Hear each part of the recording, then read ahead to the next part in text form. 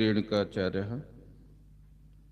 ಶಿವಾಚಾರ್ಯ ಶಿಖಾಮಣಿ ಯೋ ವೀರಶೈವ ಸಿದ್ಧಾಂತಂ ಸ್ಥಾಪಯಾಮಾಸ ಭೂತಲೆ ವಾಗರ್ತ ಇವ ಸಂಪೃಕ್ತೋ ವಾಗರ್ತ ಪ್ರತಿಪತ್ತಯೇ ಜಗತಪ್ಪಿತರೋ ಒಂದೇ ಪಾರ್ವತಿ ಪರಮೇಶ್ವರ. ಪ್ರಾರಂಭದಲ್ಲಿ ಪ್ರತಸ್ಮರಣೀಯರು ಜಗವಂದಿತರೂ ಆಗಿರುವ ಪಾರ್ವತಿ ಪರಮೇಶ್ವರರನ್ನ ಪ್ರಾರ್ಥಿಸಿ, ಶ್ರದ್ಧೆಯ ಪಂಚ ಆಚಾರ್ಯರನ್ನ, ಬಸವಾದಿ ಪ್ರಮತರನ್ನ, ಎನ್ನ ಗುರು ಪರಂಪರೆಯನ್ನ ಸ್ಮರಿಸುತ್ತ ಈ ನೆಲವನ್ನ ಪಾವನಗೊಳಿಸಿ ಭಾಗಿ ಬಂದ ಭಕ್ತರ ಭಾಗ್ಯನಿಧಿಯಾಗಿ ನೆಲೆ ನಿಂತಿರುವ ಕರ್ತೃಪುರುಷ ಪ್ರಭುಲಿಂಗೇಶ್ವರರಲ್ಲಿ ನತಮಸ್ತಕನಾಗಿ ಪ್ರಭುಲಿಂಗೇಶ್ವರ ಪುಣ್ಯ ಸ್ಮರಣೋತ್ಸವ 15ನೇ ವರ್ಷದ ಜಾತ್ರಾ ಮಹೋತ್ಸವದ ತನ್ನಿಮಿತ್ತವಾಗಿ ಈ ಎಲ್ಲ ಕಾರ್ಯಕ್ರಮದ ಸಾನ್ನಿಧ್ಯವನ್ನು ಕರುಣಿಸಿ ತಮ್ಮೆಲ್ಲರಿಗೂ ಧರ್ಮದ ಸಂಸ್ಕಾರದ ಸಂಸ್ಕೃತಿಯ ಔತಣವನ್ನ ಏರ್ಪಡಿಸಿ ಭಕ್ತರ ಬದಲಾವಣೆಯೇ ನನ್ನ ಭಾಗ್ಯ, ಭಕ್ತರಿಗೆ ಸಿಗುವ ಸಂಸ್ಕಾರವೇ ನನ್ನ ಸಂಪತ್ತು, ಭಕ್ತರಿಂದನೇ ಎನ್ನ ಅಭ್ಯುದಯ ಅನ್ನುವಂಥ ಪರಮ ಪೂಜ್ಯರಾಗಿರುವ ಶ್ರೀಮಠದ ಒಡೆಯರು, ಸರಳರು, ಅತ್ಯಂತ ಆತ್ಮೀಯರು, ಸಹೋದರ ಸಮಾನರೂ ಆಗಿರುವ ಮನ್ನಿರಂಜನ ಪ್ರಣಮ ಸ್ವರೂಪಿ ಅಭಿನವ ಪ್ರಭುಲಿಂಗ ಮಹಾಸ್ವಾಮಿಗಳಲ್ಲಿ ಅನಂತ ಪ್ರಣಾಮಗಳನ್ನು ಸಲ್ಲಿಸಿ, ಪ್ರಭುಲಿಂಗ ಮಹಾಸ್ವಾಮಿಗಳು ಆಯ್ಕೆ ಮಾಡಿರುವಂಥ ಪುರಾಣ ಬಹಳ ಅದ್ಭುತವಾದ ಪುರಾಣ. ಅಜಾತ ನವಲಗುಂದದ ನಾಗಲಿಂಗ. ಬಹಳ ಸುಂದರವಾದ ದೃಷ್ಟಾಂತನಗಳನ್ನು ಹೇಳ್ತಾ ನಮ್ಮ ಶಾಸ್ತ್ರಿಗಳು ಅವರ ವರ್ಣನೆಯನ್ನ ಮಾಡ್ತಾ ಇದ್ರು.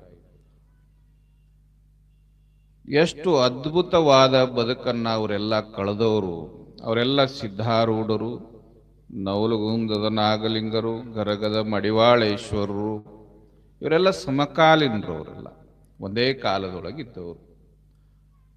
ಅದ್ಭುತವಾದ ಬದುಕನ್ನ ಹೆಂಗ ಬದುಕಿ ಹೋದ್ರು ಅಂದ್ರ, ನಾವೆಲ್ಲ ಎಷ್ಟೋ ಜನ ನವಲಗುಂದ ನಾಗಲಿಂಗರ ಊರು ಒಳಗೆ ಹುಟ್ಟಿದವರು ಎಷ್ಟೋ ಜನ ಇವತ್ತು ಇಲ್ಲ. ಆದ್ರೆ ನಾಗಲಿಂಗರ ಹೆಸರು ಉಳಿದದ. ಯಾಕ ಅಂದ್ರ ಅವರು ಧರ್ಮಕ್ಕಾಗಿ, ಸಮಾಜಕ್ಕಾಗಿ, ಭಕ್ತರಿಗಾಗಿ ದುಡಿದಂಥ ವಿಷಯಕ್ಕಾಗಿ ಅವರ ಹೆಸರು ಇನ್ನೂ ಆದರೂ ಉಳಿದದ. ಭಕ್ತಿಗೆ ಬಹಳ ದೊಡ್ಡ ಶಕ್ತಿ ಅದ ಅನ್ನೋದನ್ನ ತೋರಿಸಿಕೊಟ್ಟಂತ ನವಲಗುಂದದ ನಾಗಲಿಂಗರ ಜೀವನ ಚರಿತ್ರೆಯನ್ನ ತಮ್ಮೆಲ್ಲರಿಗೂ ಸಿಹಿಯಾಗಿ, ಹದವಾಗಿ, ರುಚಿಯಾಗಿ, ಹಬ್ಬದ ಅಡಿಗೆಯಂತೆ ಸಿಹಿ ಮಾಡಿ ಉಣಬಡಿಸ್ತಾ ಇರುವಂಥ ನಮ್ಮ ಪ್ರೀತಿಯ ಶಂಕರಯ್ಯ ಸ್ವಾಮಿಗಳವರನ್ನ ಮೊದಲು ಮಾಡಿಕೊಂಡು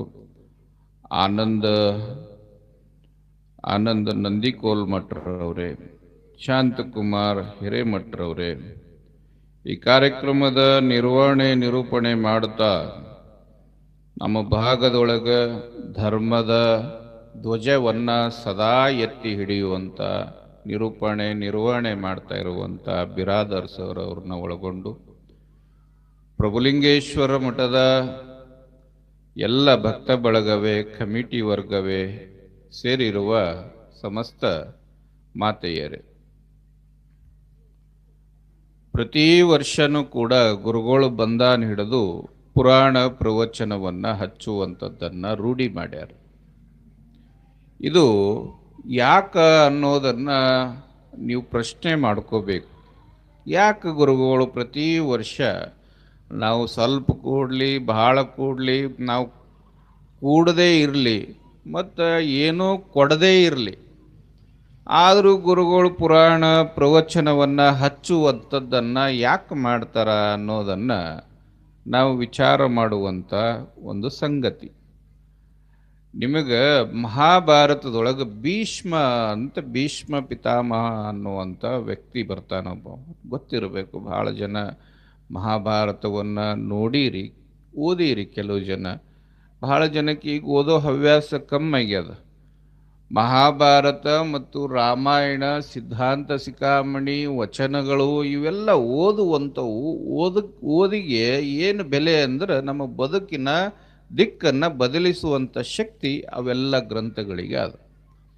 ಹಂಗೆ ಮಹಾಭಾರತದೊಳಗೆ ಒಬ್ಬ ಭೀಷ್ಮ ಪಿತಾಮಹ ಅಂತ ಭಾಳ ಅದ್ಭುತವಾದ ಯೋಧ ಆತ. ತನ್ನ ಇಡೀ ಜೀವನ ಬ್ರಹ್ಮಚಾರ್ಯ ಜೀವನವನ್ನು ಕಳೆದು ಧರ್ಮವನ್ನು, ಸಂಸ್ಕಾರವನ್ನು ಇಟ್ಟುಕೊಂಡು ಬಂದಂಥ ಭೀಷ್ಮ ಪಿತಾಮಹ ಆ ಯುದ್ಧದ ಕತೆ ಹೇಳೋದಿಲ್ಲ. ನಿಮಗೆಲ್ಲ ಯುದ್ಧ ಗೊತ್ತದ, ಪಾಂಡವರು ಕೌರವರು ಮಧ್ಯೆ ಎದಕ್ಕಾಗಿ ಯುದ್ಧ ಆಯಿತು ಅನ್ನೋದು ಗೊತ್ತದ, ಏನೇನೆಲ್ಲ ಆಯಿತು ಅನ್ನೋದು ಗೊತ್ತದ. ಇಲ್ಲಿ ಭೀಷ್ಮ ಪಿತಾಮಹ ಕೊನೆ ಕಾಲಕ್ಕೆ ಬರ್ರಿ, ಅವನಿಗೆ ಸುಮಾರು ಒಂದು 25,000ರಿಂದ 30,000 ಬಾಣಗಳು ನಟ್ಟಿದ್ದವನಿಗೆ. ಅವ ಬಾಣಗಳ ಒಂದು ಹಾಸಿಗೆ ಮೇಲೆ ಮನಗಿದ್ದ.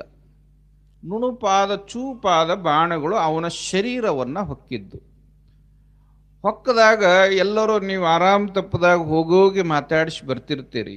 ಹಂಗೆ ಎಲ್ಲರೂ ಕೌರವರು ಬಂದರು, ಪಾಂಡವರು ಬಂದರು, ಎಲ್ಲರೂ ಬಂದರು, ಭೀಷ್ಮಿಗೆ ಮಾತಾಡಿಸ್ಕೊಂಡು ಹೋಗ್ತಿದ್ರು. ಅವ ಏನು ಭೀಷ್ಮ ಯಾರನ್ನ ಕಣ್ಣೆತ್ತಿ ನೋಡಲಿಲ್ಲ.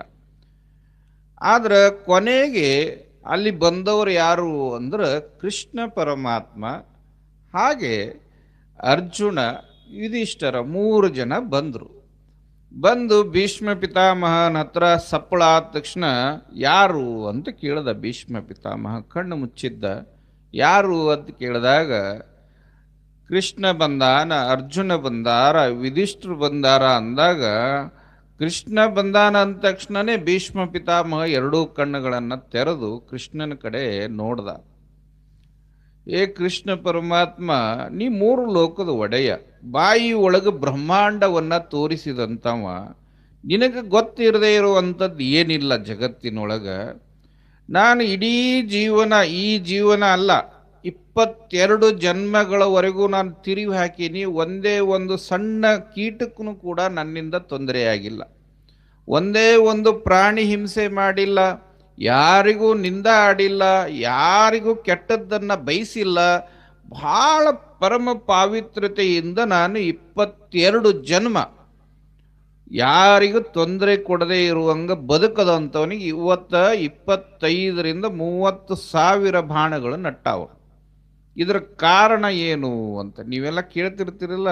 ಬಹಳ ಜನ ಗುರುಗಳ ಬಳಿ ಬಂದಾಗ ಕೇಳ್ತಿರ್ತೀರ, ಅಪ್ಪವ್ರು ನಾವು ಯಾರಿಗೂ ಏನೂ ಮಾಡೇ ಇಲ್ಲ, ಆದರೂ ನಮ್ಗೆ ಯಾಕೆ ಕಾಡ್ತದ, ನಮಗೆ ಯಾಕಷ್ಟು ತೊಂದರೆಗಳು ಬರ್ತಾವ, ನಮಗೆ ಯಾಕಷ್ಟು ಸಮಸ್ಯೆಗಳು ಬರ್ತಾವ ಅಂತ ಕೇಳ್ತಿರ್ತೀರಿ ನೀವು. ಅವಾಗ ಗುರುಗಳ ಸಮಾಧಾನದಿಂದ ನಿಮಗೆಲ್ಲ ಉತ್ತರ ಹೇಳ್ತಾರೆ. ಅವಾಗ ಕೃಷ್ಣ ಪರಮಾತ್ಮ ನೀ ಎಷ್ಟು ಜನ್ಮ ಚೆಕ್ ಮಾಡಿ ಅಂತ ಕೇಳ್ದ. ಅವನು 22 ಜನ್ಮ ಚೆಕ್ ಮಾಡಿ. ನಾನು 22 ಜನ್ಮ ಚೆಕ್ ಮಾಡಿಯಲ್ಲ ಭೀಷ್ಮ, ಇನ್ನೊಂದು ಜನ್ಮ ತಿರುವಿ ಹಾಕು ಸಾಕು ಅಂದ. 23ನೇ ಜನ್ಮದೊಳಗೆ ಏನು ಮಾಡಿದ್ನಿ, ಹಿಂದಿನದು ನಾ ಹೇಳೋದು, ಹಿಂದಿನ ಜನ್ಮಗಳು ಅಷ್ಟು ಜ್ಞಾನ ಇತ್ತು ಅವಾಗ. ಹಿಂದಿನ ಜನ್ಮದ 23ನೇ ಜನ್ಮದೊಳಗೆ ತಿರುವಿ ಹಾಕಿದಾಗ ಭೀಷ್ಮ ಹಾ ಅಂದ, ಬರೋಬ್ಬರಿ ಅದ ಅಂದ. ಅಂಥದ್ದು ಏನು ಮಾಡ್ಯಾನ 23 ಜನ್ಮದ ಹಿಂದ ಭೀಷ್ಮ ಏನು ಮಾಡಿದ್ದ ಅಂದ್ರೆ, ಈ ಪಾತ್ರಗಿತ್ತಿ ಅಂತ ಬರ್ತಾವಲ್ಲ, ಪಾತ್ರಗಿತ್ತಿ ನಮ್ಮ ಕಡೆ ಬೇರೆ ಒಂದು ಹುಳ ಬರ್ತಾವದ ರವ್ಯವಕ್ಕೇನ ಅಂತಿದ್ರು ಮೊದಲು, ನಾವು ಸಣ್ಣವರಿದ್ದಾಗ ಆಡ್ತಿದ್ವಿ. ಅವಕ್ಕ ಪಾತ್ರಗಿತ್ತಿಗೆ ಒಂದು ಮುಳ್ಳು ಚುಚ್ಚಿ ಅದಕ್ಕೆ ದಾರ ಕಟ್ಟಿ ಹಾರಿಸ್ತಿದ್ನಂತ. ಹಾರು ಹೋಗ್ಬಾರ್ದಲ್ಲ, ಎಲ್ಲಿ ಹೋಗಬಾರ್ದು ಅಂತ ಅದನ್ನು ಹಾರಿಸ್ತಿದ್ದ. ಅದು ದೂರ ಹೋಗೋಣ ಮತ್ತು ದಾರ ಹಿಡಿದು ಎಳೀತಿದ್ದ. 23ನೇ ಹಿಂದಿನ ಜನ್ಮದೊಳಗೆ ಸಣ್ಣವಿದ್ದಾಗ ಬಾಲ್ಯದೊಳಗೆ ಆ ತಪ್ಪನ್ನು ಆತ ಮಾಡಿದ್ದ. ಏನು ಮಾಡಿದ್ದ, ಒಂದು ಮುಳ್ಳನ್ನು ಒಂದು ಕೀಟಕ್ಕೆ, ಪ್ರಾಣಿನೂ ಅಲ್ಲದು ಕೀಟಕ್ಕೆ ಚುಚ್ಚಿದಕ್ಕೆ ಅವನಿಗೆ ಇವತ್ತು ಎಷ್ಟು ಬಾಣ ನಟ್ಟವ, 25,000ರಿಂದ 30,000 ಬಾಣಗಳು ಆತಗೆ ನಟ್ಟಾವ.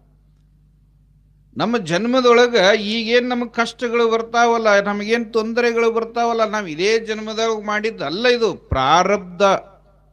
ನಮ್ಮ ಜನ್ಮ ಜನ್ಮಾಂತರದಿಂದ ನಾವು ಏನು ಮಾನವರಾಗಿ ಹುಟ್ಟುಕೋತ ಬಂದೀವಿ, ನಮ್ಮ ಹಿಂದಿನ ಜನ್ಮದೊಳಗೆ ನಾವು ಯಾವ್ಯಾವ ಕರ್ಮಗಳನ್ನು ಮಾಡೀವಿ, ಆ ಪ್ರಕಾರ ನಮ್ಮ ಜೀವನ ಈಗಿನ ವ್ಯವಸ್ಥೆಯೊಳಗೆ ಈ ಸದ್ಯದ ಟೈಮಿನೊಳಗೆ ನಡೀತಿರ್ತದೆ. ಆ ಪ್ರಾರಬ್ಧವನ್ನ ಕಳೆಯುವಂಥ ಶಕ್ತಿ ಮತ್ತು ಪ್ರಾರಬ್ಧವನ್ನ ಬದಲಿಸುವಂಥ ಶಕ್ತಿ ಯಾರಿಗಿರ್ತದ ಅಂತಂದ್ರೆ ಸಾಕ್ಷಾತ್ ದೇವರಿಗೂ ಇರೋದಿಲ್ಲ. ಯಾರಿಗಿರ್ತದ ಅಂದ್ರೆ ನಗುರೋರಧಿಕಂ, ಗುರುವಿನಿಗಿಂತ ಬಿಟ್ಟು ಮತ್ತೊಂದು ಯಾವುದೂ ಅಧಿಕ ಇಲ್ಲ ಅಂತ ಏನು ಶಾಸ್ತ್ರ ಹೇಳ್ಯದಲ್ಲ, ಅಂತ ಗುರುವಿಗೆ ಮಾತ್ರ ನಮ್ಮ ಪ್ರಾರಬ್ಧವನ್ನ ಕಳೆಯುವಂಥ ಶಕ್ತಿ ಇರ್ತದೆ. ನಿಮಗೆ ಇನ್ನೂ ಒಂದು ಸಣ್ಣ ಉದಾಹರಣೆಯನ್ನು ಹೇಳ್ತೀನಿ ಕೇಳ್ರಿ. ಒಂದು ಗಿಳಿ ಇತ್ತು. ಗಿಳಿ ಬಹಳ ಸುಂದರವಾದ ಗಿಳಿ ಕಾಡಿನೊಳಗೆ ಇತ್ತದು. ಆ ಗಿಳಿಗೆ ಏನು ಫ್ರೆಂಡ್ ಇತ್ತು ಅಂದ್ರೆ, ಯಾವುದು ಫ್ರೆಂಡ್ ಇತ್ತು ಅಂದ್ರೆ ಗರುಡ ಇತ್ತು. ಗರುಡ ನಿಮಗೆಲ್ಲ ಗೊತ್ತದು. ಗರುಡ ವಿಷ್ಣುವಿನ ವಾಹನ ಅನ್ನೋದು ಗೊತ್ತದು. ಅದು ಅವಾಗ ಟೈಮ್ ಸಿಕ್ಕಾಗೆಲ್ಲ ನೀವು ಹೆಂಗೆಲ್ಲ ನಿಮ್ಮ ಗೆಳೆಯ ಗೆಳತಿಯರಿಗೆ ಭೇಟಿ ಆಗಕ್ಕೆ ಹೋಗ್ತೀರಿ, ಹಂಗೆ ಆ ಗಿಳಿಗೆ ಭೇಟಿ ಆಗಕ್ಕೆ ಗರುಡ ಬರ್ತಿತ್ತು. ಕಾಡಿಗೆ ಬಂದಾಗೆಲ್ಲ ಬೇಡ್ತಿತ್ತು, ಮಾತಾಡ್ತಿತ್ತು, ಸಮಯ ಕಳೆದು ಹೋಗ್ತಿತ್ತು. ಒಂದು ಸಲ ಕಾಡಿನೊಳಗೆ ಯಮಧರ್ಮರಾಜ ಹೋಗ್ಬೇಕಾದ್ರೆ ಆ ಗಿಳಿ ಕಣ್ಣಿಗೆ ಕಾಣ್ತದ. ಗಿಳಿ ಕಣ್ಣಿಗೆ ಕಂಡಾಗ ಯಮಧರ್ಮರಾಜ ಗಿಳಿ ನೋಡಿ ನಕ್ಕ. ಗಿಳಿ ನೋಡಿ ನಕ್ಕಗಳೇ ಉಳಿದವ್ರು ಯಾರು ನಕ್ಕರು ನಡೀತದ, ಯಮ ನಕ್ಕರು ನಡೆಯೋದಿಲ್ಲ ಅಂತ ಗಿಳಿ ಗೊತ್ತಾಯ್ತು. ನನಗೇನೋ ಕಾದದ, ಯಾಕಂದ್ರೆ ಸಾಕ್ಷಾತ್ ಯಮ ನನ್ನ ನೋಡಿ ನಕ್ಕಾನ ಅಂದ್ರೆ ನನ್ನ ಜೀವನ ಮುಗೀತು, ಅಂತ್ಯ ಬಂತು ಅಂತ ಆತ ಅನ್ಕೋತು. ಗಿಳಿ ಅನ್ಕೊಂಡು ಚಿಂತೆ ಮಾಡ್ಕೋತ ಕುಂದಿರ್ಬೇಕಾದ್ರೆ ನಾವೆಲ್ಲ ಕಷ್ಟ ಬಂದಾಗ ಯಾರನ್ನ ನೆನೆಸ್ತೀವಿ? ಯಾರು ನಮ್ಮ ಹತ್ರ ಅದಾರ, ಯಾರು ನಮ್ಮ ಹೃದಯಕ್ಕೆ ಸಮೀಪ ಅದಾರ, ಯಾರು ನಮ್ಮನ್ನ ತಿಳಿದು ನಮಗೆ ಸಾಂತ್ವನ ಹೇಳುವಂಥವ್ರು ಅದಾರ, ನಮ್ಮನ್ನ ಕಷ್ಟದಿಂದ ಪಾರು ಮಾಡೋರು ಯಾರದಾರ ಅವ್ರನ್ನ ನಾವು ಬಯಸ್ತೀವಿ. ಇದು ಎಲ್ಲದು ಪ್ರಾಣಿ ಪಕ್ಷಿ ಪ್ರತಿಯೊಂದರಲ್ಲಿ ಇರುವಂಥದ್ದು ಇದು ಗುಣ. ಹಂಗೆ ಆ ಗಿಳಿ ಬೈಸಾಕತ್ತಿತ್ತು, ಗರುಡ ಯಾಕೆ ಬರೋವಲ್ದು, ನನಗೆ ಗೆಳೆಯ ಯಾಕೆ ಬರೋವಲ್ದು, ನಾ ಅದಕ್ಕೆ ಹೇಳಬೇಕು. ಯಾಕಂದ್ರೆ ಅವ ದೇವ್ರ ಹತ್ರ ಇರೋವಂಥವ ಗರುಡ ನನ್ನ ಸಮಸ್ಯೆಯನ್ನ ಪರಿಹಾರ ಮಾಡಬೇಕು ಅಂತ ಕಾಯ್ಕೋಂತ ಕೂತಿತ್ತು. ಗರುಡ ಬಂತು. ಅಷ್ಟೊತ್ತರೆಗೆ ಗರುಡ ಬಂದು, ಯಾಕೋ ಹಿಂಗೆ ಕುಂತಿ ಗೆಳೆಯ ಅಂತಂದಾಗ ಗಿಳಿ ಇದ್ದಿದ್ದೆಲ್ಲ ಹೇಳ್ತು. ಏನಿಲ್ಲ, ನಾ ಕಾಡಿನೊಳಗೆ ಸ್ವಚ್ಛಂದವಾಗಿ ಆಟ ಆಡ್ಕೋತಿದ್ದೆ, ಯಮಧರ್ಮರಾಜ ಬಂದ ಮುಂದ ನನ್ನ ನೋಡಿ ನಕ್ಕು ಬಿಟ್ಟ ಅಂದಾಗ ಗಿಳಿ ವ್ಯತೆಯನ್ನು ಕಂಡು ಗರುಡ ವಿಚಾರ ಮಾಡಲಿಲ್ಲ. ಏನು ವಿಚಾರ ಮಾಡಬೇಡ, ನೀ ಏನು ಇದು ದೇವ್ರ ಹತ್ರ ಹೋಗುವಂಥದ್ದೇನಿಲ್ಲ, ಅದೇನು ದೊಡ್ಡ ಮಾತು, ಯಮಗೆ ನಾ ಕೇಳ್ತೀನಿ, ಅದಕ್ಕೆ ಏನು ಪರಿಹಾರ ಮಾಡ್ತೀನಿ, ಆದ್ರೆ ನೀ ಮೊದಲು ನನ್ನ ಹೆಗಲು ಹತ್ತು ಅಂತ. ನನ್ನ ಹೆಗಲು ಹತ್ತದ ಒಳಕ ಆ ಗಿಳಿಗೆ ಆ ಗರುಡ ಎಲ್ಲಿಗೆ ಹೋಯ್ತು ಅಂದ್ರೆ, ಒಂದು ಸಮುದ್ರದ ದಂಡೆ ಒಳಗೆ ಒಂದು ಸಣ್ಣ ಗೂಡಿನೊಳಗೆ ಒಯ್ದು ಮುಚ್ಚಿಡ್ತು. ನೀ ಇಲ್ಲೇ ಇರು, ಅದು ಏನು ಅನ್ನೋದು ತಿಳ್ಕೊಂಡು ನಿನ್ನ ಬಳಿ ಬರ್ತೀನಿ ನಾ, ಹೊಳ್ಳಿ ಅಲ್ಲಿ ತನ ಇಲ್ಲೇ ಇರು ಅಂತ ಹೇಳಿ ಹೋಯ್ತು.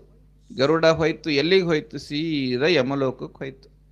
ಯಮಲೋಕಕ್ಕೆ ಹೋಗಿ ಯಮಧರ್ಮರಾಜಕ್ಕೆ ಕೇಳ್ತು, ಅಲ್ಲೋ ನೀ ನಮ್ಮ ಕಾಡಿನೊಳಗಿರುವ ಗಿಳಿಯನ್ನ ನೋಡಿ ನಕ್ಕಿ ಅಂತ ರಾಜ ಯಾಕ ಅಂದಾಗ ಯಮಧರ್ಮರಾಜ ಹೇಳ್ದ, ಯಾವ ಗಿಳಿ? ಅದು ಕಾಡಿನೊಳಗಿರೋದು. ಹೌದು, ಸರಿ ನೋಡಿ, ನೀ ಅದರ ಆಯುಷ್ಯ ಮುಗಿದಿತ್ತು, ಅದಕ್ಕೆ ನನಗೆ ನಗು ಬಂತು. ಯಾಕೆ ನಗು ಬಂತು? ಯಾರ ಆಯುಷ್ಯ ಮುಗಿದ್ರೆ ನಿನಗೆ ನಗು ಬರ್ತದೆ ಅಂತ ಕೇಳ್ತದು ಹಳ್ಳಿ ಗರುಡ. ಇಲ್ಲ, ಇಲ್ಲಿರೋ ಸಣ್ಣ ಗಿಳಿ ಸಮುದ್ರ ದಾಟಿ ಹೋಗಿ ಒಂದು ಗೂಡಿನೊಳಗೆ ಬೆಕ್ಕಿನ ಬಾಯಾಗ ಸಿಗ್ತದ, ಇದು ಹೆಂಗರೆ ಹಾರ್ತಿರ್ಬೇಕಿಟ್ಟು ಅಂತ ನನಗೆ ಆಲೋಚನೆ ಬಂತು, ಅದಕ್ಕೆ ನಾ ವಿಚಾರ ಮಾಡಿ ನಕ್ಯ ಅಂತ ಹೇಳ್ತು.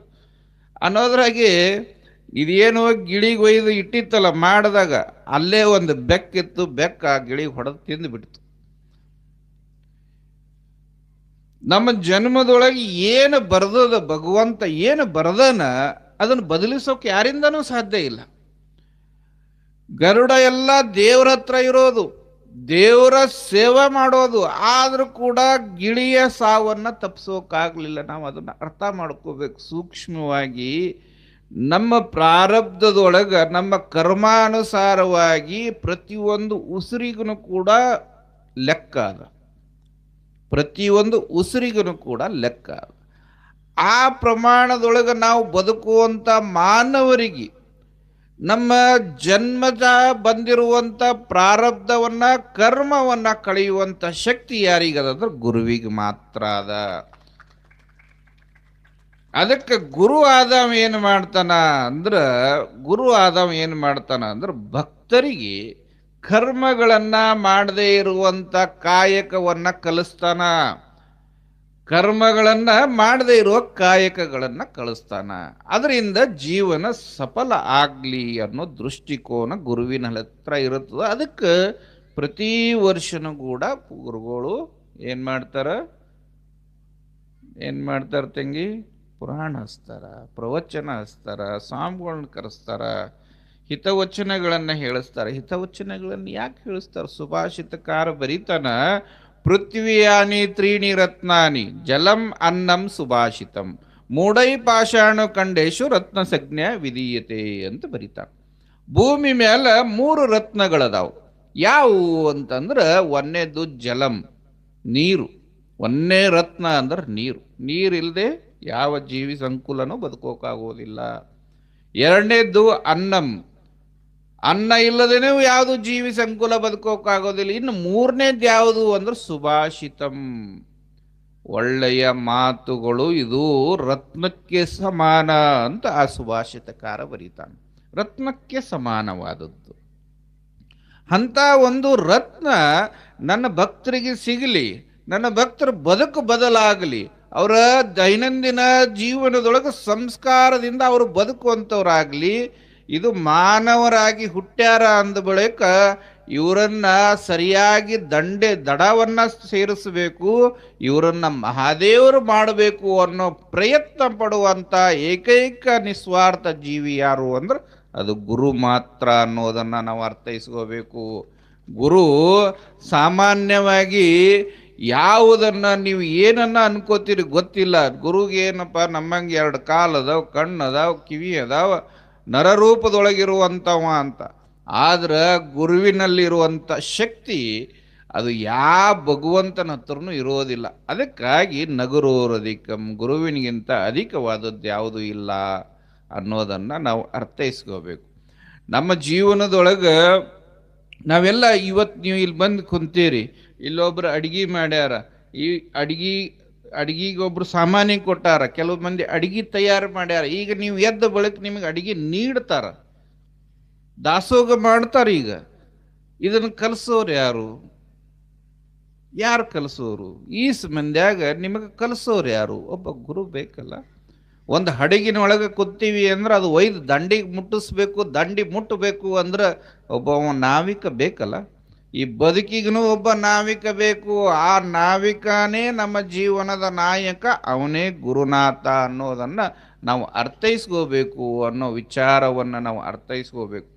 ನಾವು ಹಿಂದಿ ಒಳಗೊಬ್ಬ ಬರೀತಾನೆ, ಬಹಳ ಸುಂದರವಾಗಿ ಬರೀತಾನ, अपने दुख में रोने वाले ए इंसान दूसरों की दुख दर्द में आंसू बहाना सीख लो. तुम खाने में वो मजा नहीं जो गरीबों को खिलाने में है. ए इंसान केवल 4 दिन की जीवन, इंसान केवल 4 दिन की जीवन, किसी की काम आना सीख लो, किसी की काम आना सीख लो ಅಂತ ಬರೀತಾನ. ಎಷ್ಟು ಸುಂದರವಾಗಿ ಬರೀತಾನ ಅಂದ್ರ, ಅಪ್ನೇ ದುಃಖ ಮೇ ರೋನೆ ವಾಲೆ ಏ ಇನ್ಸಾನ್, ನಿನ್ನ ಕಷ್ಟದೊಳಗೆ ಅಳುವಂತ ಏ ಮನುಷ್ಯ, ನಿನ್ನ ಕಷ್ಟ ಯಾರಿಗರೆ ಕಷ್ಟ ಬಂತು ಅಂದ್ರೆ ಎಲ್ಲರೂ ಕಣ್ಣಿನಿಂದ ನೀರು ಬರ್ತಾವ, ಅಳತಾರ. ಆದ್ರೆ ಅವ ಹೇಳ್ತಾನ, ಸುಭಾಷಿತ ಹೇಳ್ತಾನ ಏನಂತ ಅಂದ್ರ, ಅಪ್ನೇ ದುಃಖ ಮೇ ರೋನೆ ವಾಲೆ ಇನ್ಸಾನ್ ದೂಸರೋ ಕಿ ದುಃಖ ದರ್ದ ಮೇ ಆಸು ಬಹಾನ ಸೀಕ್ಲೋ. ಏನ್ ಹೇಳ್ತಾನ ಅಂದ್ರೆ, ನಿನ್ನ ಕಷ್ಟ ಬಂದಾಗ ಹೆಂಗ ನಿನ್ನ ಕಣ್ಣಿನಿಂದ ನೀರು ಬರ್ತಾವಲ್ಲ, ಹಂಗ ನಿನ್ನ ನೆರೆಹೊರೆಯವರಿಗೆ, ನಿನ್ನ ಆಸುಪಾಸಿನವರಿಗೆ ತೊಂದರೆ ಆದಾಗೂ ಕೂಡ ನಿನ್ನ ಕಣ್ಣಿನಿಂದ ನೀರು ಬರಬೇಕು. ಅಷ್ಟು ಮನಸ್ಸು ಮೃದುವಾಗಿರಬೇಕು. ಬದುಕಿನೊಳಗ ಮನುಷ್ಯನ ಮನಸ್ಸು ಮೃದುವಾಗಿರಬೇಕು ಅಂತ ಹೇಳ್ತಾನ. ಎಲ್ಲಿ ಭಗವಂತ ಅಡಿಗೆ ಕುಂತಾನ ಅಂತ ಒಬ್ಬ ಕವಿ ಕೇಳಿದಾಗ ಬಹಳ ಸುಂದರ ಉತ್ತರ ಕೊಡ್ತಾನ. ಮತ್ತೊಬ್ಬರ ಕಷ್ಟವನ್ನ ನೋಡಿ ಯಾರ ಮನಸ್ಸು ಮರ ಮರ ಮರ ಅಂತ ಮರಗುತ್ತದಲ್ಲ, ಆ ಮರಗುವಂತ ಮನಸ್ಸಿನೊಳಗೆ ಭಗವಂತ ಅಡಿಗೆ ಕುತ್ತಾನ ಅಂತ ಬರೀತಾನ ಆಧುನಿಕ ಕವಿ. ಎಲ್ಲಿ ಅದನ ಭಗವಂತ ಅಂದ್ರೆ ಮತ್ತೊಬ್ಬರ ಕಷ್ಟ ನೋಡಿ ಮರಗುವಂತ ಮನಸ್ಸಿನೊಳಗದಾನ. ಹಂಗ ಆತ ಹೇಳ್ತಾನ, ಮತ್ತೊಬ್ಬರ ಕಷ್ಟದೊಳಗೆ ನಿನ್ನ ಕಣ್ಣಿನಿಂದ ನೀರು ಸುರಿಸುವಂತ ಮನಸ್ಥಿತಿಯನ್ನ ನೀನು ಬೆಳೆಸ್ಕೋ. ತುಮ್ ಖಾನೆ ಮೇ ವೋ ಮಜಾ ನಹಿ ಜೋ ಗರೀಬೋ ಖಿಲಾನೆ ಮೇ ಹೈ. ನಿನಗ್ ಭಗವಂತ ಕೊಟ್ಟಾನ, ಬೇಕು ಬೇಡದ್ದನ್ನ ಕೊಟ್ಟಾನ, ನೀ ಮಾಡ್ಕೊಂಡು ಉಣೋದ್ರ ಏನ್ ದೊಡ್ಡ ಮಾತಿಲ್ಲ. ಆ ಮಾಡ್ಕೊಂಡಿದ್ದಂತ ಅಡಿಗೆ ಒಳಗೆ ಒಂದಿಷ್ಟು ಬಡವರಿಗೆ, ಒಂದು ತುತ್ತು ಬಡವನಿಗೆ ಹಂಚು ಉಣ್ಣು. ಆ ಅನ್ನಕ್ಕೆ ಅರ್ಥನೂ ಬರ್ತದ, ಆ ಅನ್ನಕ್ಕೆ ಪುಣ್ಯನೂ ಬರ್ತದ ಅಂತ ಹೇಳ್ತಾನ. ಮತ್ತು ಇನ್ನೊಂದು ಮಾತು ಹೇಳ್ತಾನ, ಕೊನೆ ಸಾಲು ಬಹಳ ಕಟು ಸತ್ಯ. ಏ ಇನ್ಸಾನ್ ಕೇವಲ್ 4 ದಿನ ಕಿ ಜೀವನ್, ಕೇವಲ್ 4 ದಿನ ಕಿ ಜೀವನ್. ಇದು ಎಷ್ಟು ದಿನದ ಜೀವನ ಅದ ಅನ್ಕೊಂಡಿರಿ ನೀವು? ರಾಮ ಬಂದಿದ್ದ, ವಿಷ್ಣುವಿನ ಪ್ರತಿರೂಪ, ಕೃಷ್ಣ ಬಂದಿದ್ದ, ಇವರೆಲ್ಲ ದೇವತಾ ಮಾನವರು, ದೇವರೇ ಮಾನವ ರೂಪದೊಳಗೆ ಬಂದವರು. ಇವರೆಲ್ಲ ಎಲ್ಲಿಗೆ? ಇದು ಮೃತ್ಯು ಲೋಕಕ್ಕೆ. ಅವರಿಗೆ ಬಿಟ್ಟಿಲ್ಲ. ಇನ್ನು ನಾವು ಈಗೇನು ಸ್ವಲ್ಪ ನೀವೇನು ಪುಣ್ಯ ಗಿಣ್ಯ ಮಾಡಿರಿ ಅಂತ ಕೊರೋನಾ ಅನ್ನೋದು ಜಾಳಗ್ಯಾಗ ಉಳಿದು ಬಂದಿರಿ.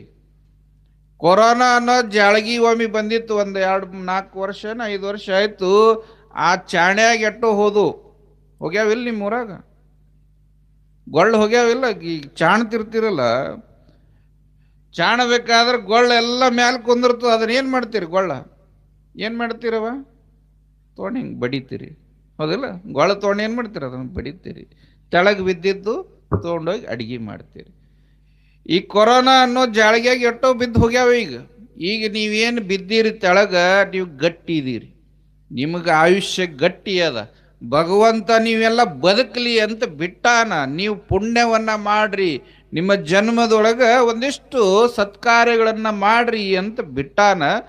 ಇಲ್ಲ ನಾವು ಹಂಗೆ ಹೋಗ್ತೀವಿ ಅಂದ್ರೆ ಮತ್ತೆ ಇನ್ನೊಮ್ಮೆ ಚಾಣಿ ಹಿಡಿತಾನವ. ಆ ಚಾಣ್ಯಾಗ ಎಟ್ಟು ಸಿಗ್ತಾವ ಅಟ್ ತೊಗೊಂಡು ಹಿಂಗೆ ಮತ್ತವ ಹಿಂಗೆ ಬಡಿತಾನ ಮಗ್ಗಲ. ಹಂಗೆ ಬಿಡ್ತಾನಂದೇನು? ಮೊದಲ ಹಿಂಗೆ ಅವ್ರು, ನೀವು ಹೆಣ್ಮಕ್ಳಿಗೆ ಚಂದ ಗೊತ್ತದ, ಹಿಂಗೆ ಹಿಂಗೆ ಬಡಿತಿರ್ತಾರೆ, ಚಾಣಸ ಮುಂದೆ ಹಿಂಗೆ ಹಿಂಗೆ ಬಡಿತಿರ್ತಾರೆ. ಅವಾಗ ಏನು ಗುರುಗಳು ಅಂದಿಸ್ತಿರ್ತಾರೆ, ಏನು ಏ ತಮ್ಮ ಸುಧಾರಣೆ ಆಗು, ಏ ತಮ್ಮ ಹಂಗೆ ಮಾಡಬೇಡ, ಏ ತಂಗಿ ಹಂಗೆ ಇರಬಾರ್ದು, ಹಿಂಗೆ ಇರಬೇಕು ಅಂತ ಹೇಳ್ದಾಗ ಅದು ಏನು ಹೇಳೋದೇನದಲ್ಲ, ಅದು ಹಿಂಗೆ ಬಡ್ದಂಗೆ. ಅವಾಗ ತಿಳ್ಕೊಂಡವರು ಪಟ್ನೆ ತೆಳಗೆ ಇಳಿದ್ರು ಅಂದರೆ ಇಳಿದ್ರು. ಮತ್ತು ಮ್ಯಾಲೆ ಇರ್ತೀವ್ರಿ ಅಪ್ಪರ, ನಿಮ್ಮ ಮಾತು ನಮ್ಮ ಕಿವ್ಯಾಗ ಹೋಗಲ್ಲ, ನಿಮ್ಮ ಮಾತು ನಮ್ಮ ಮನಸ್ಸಿನಾಗ ಹೋಗಲ್ಲ, ನೀವು ಹೇಳಂಗೆ ಹೇಳ್ರಿ, ನಾವು ಮಾಡಂಗೆ ಮಾಡ್ತೀವಿ ಅಂದ್ರೆ ಭಗವಂತ ಚಾಣಿ ತೋತನ, ಮಗ್ಗಲ ಜಾಡಿಸ್ತಾನ. ಅದಕ್ಕೆ ಗುರುನಾಥ ಆದಂಥವ್ ಏನು ಮಾಡ್ತಾನ ಅಂದ್ರೆ ನಮ್ಮ ಬದುಕನ್ನು ಬದಲಿಸುವಂಥ ಕೆಲಸವನ್ನು ಮಾಡ್ತಾನ. ಅದಕ್ಕೆ ಅವ ಹೇಳಿದ್ದನು ಅದೇ, 4 ದಿನದ ಜೀವನ ಇದು. ಈ 4 ದಿನದ ಜೀವನದೊಳಗೆ ಹಿಂಗೆ ಬದುಕಬೇಕು ಅಂದ್ರೆ ಕಿಸಿಕಿ ಕಾಮಾನ ಸಿಕ್ಕಲು ಅಂತ ಬರೀತಾನೆ.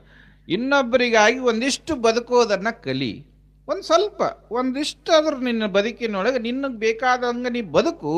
ಅದ್ರ ಜೊತೆ ಒಂದಿಷ್ಟು ನೆರೆಹೊರೆಯವರಿಗೆ ಒಳ್ಳೆಯದನ್ನು ಮಾಡುವಂಥ ಕೆಲಸವನ್ನು ಮಾಡು ಅಂತ ಬರೀತಾನ. ಅಂಥ ಒಂದು ಸುಂದರವಾದ ವಿಚಾರವನ್ನು ನಮ್ಮ ಜೀವನದೊಳಗೆ ಅಳವಡಿಸ್ಕೋಬೇಕು ಅಂದ್ರೆ 4 ವಿಚಾರ ಹೇಳ್ತೀನಿ. ನಾನೇನು ಭಾಳ ಮಾತಾಡೋದಿಲ್ಲ, 4 ಮಾತುಗಳು. ತಂಗಿ ಕೇಳ್ತೀರಿ? ಕೇಳ್ತೀರಿ ಇಲ್ಲ ಅನ್ನೋದೇ ಗೊತ್ತಾಗೋವಲ್ದು ನನಗೆ. ಯಾಕಂದ್ರೆ ನಿಮ್ಮ ಚಿತ್ತ ಯಾಕಡೆ ಅದು ಅನ್ನೋದು ನಿಮ್ಗೆ ಭಾಳ ಮಂದಿ, ಇವತ್ತು ಸಂಡೇ ಒಂದು ಆದ, ಇವತ್ತು ಧಾರಾವಾಹಿ ಬಂದವು ಮೋಸ್ಟ್ಲಿ. ಇಲ್ಲಾಂದ್ರೆ ನೀವೇನು ಇಟ್ಟು ಪ್ರಮಾಣದಾಗ ಬರೋರಲ್ಲ ಮಂದಿ.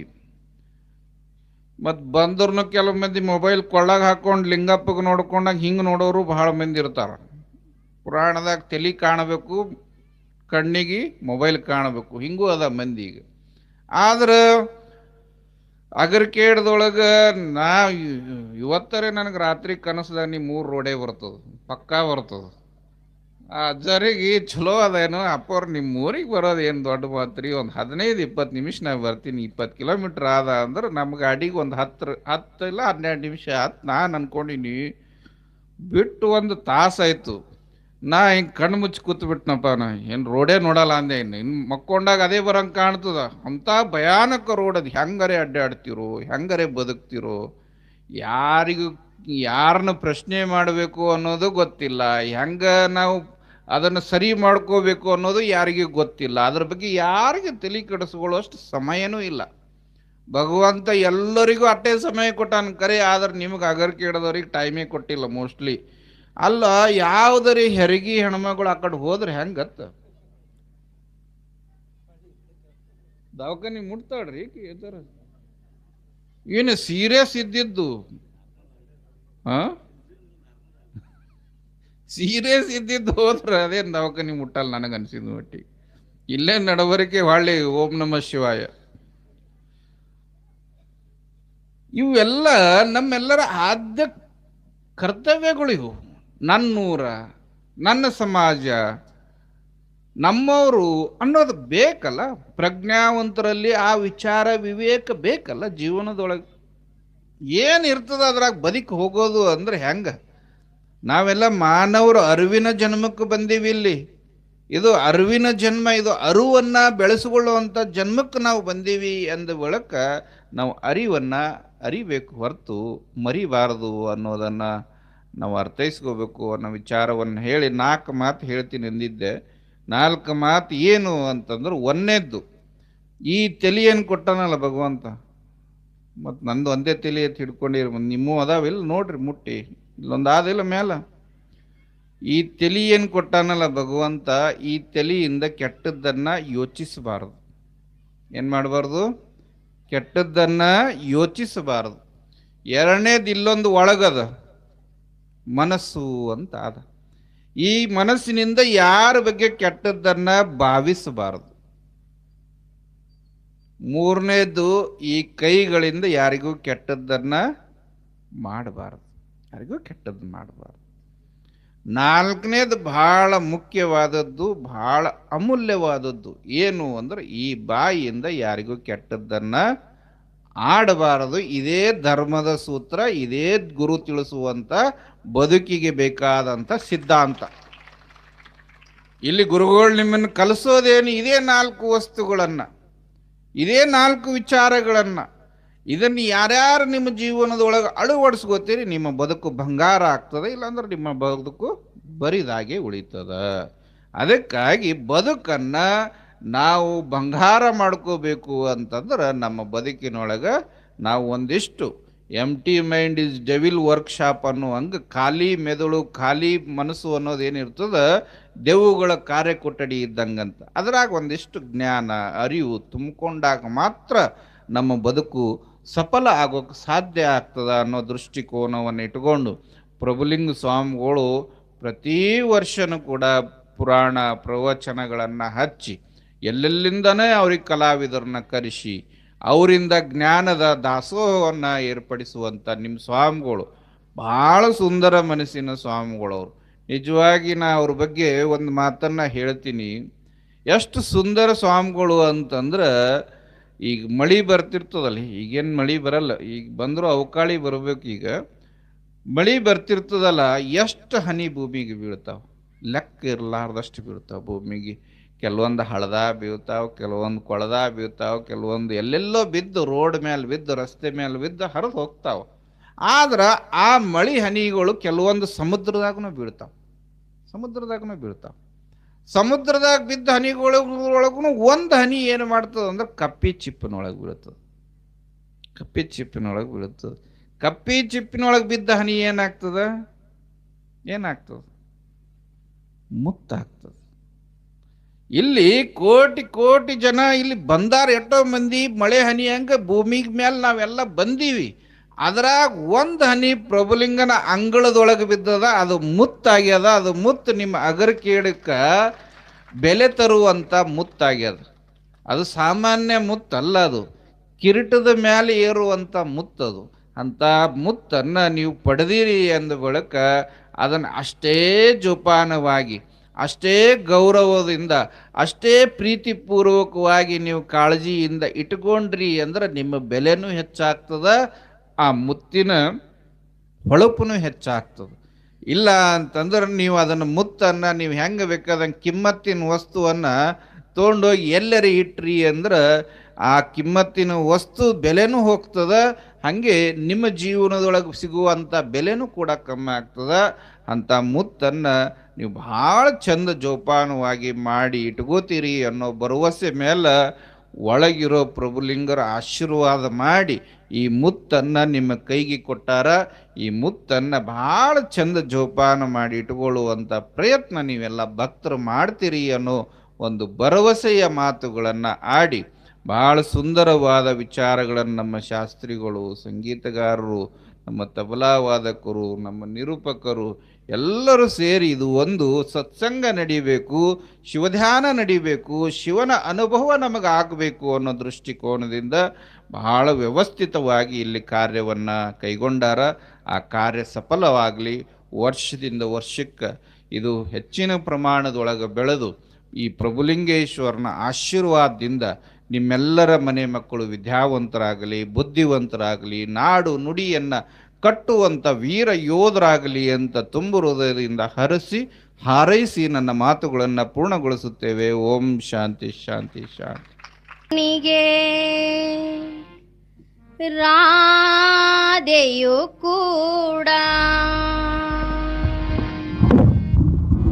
ಎಲ್ಲರಂತೆ ಒಂದು ಹೆಣ್ಣು,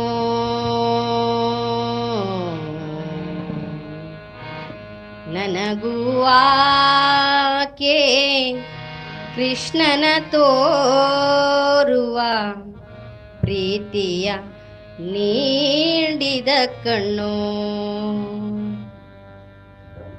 ಲೋಕದ ಕಣ್ಣಿಗೆ ರಾಧೆಯು ಕೂಡ ಎಲ್ಲರಂತೆ ಒಂದು ಹೆಣ್ಣು, ನನಗೂ ಆಕೆ ಕೃಷ್ಣನ ತೋರುವ ಪ್ರೀತಿಯ ನೀಡಿದ ಕಣ್ಣು, ಪ್ರೀತಿಯ ನೀಡಿದ ಕಣ್ಣು.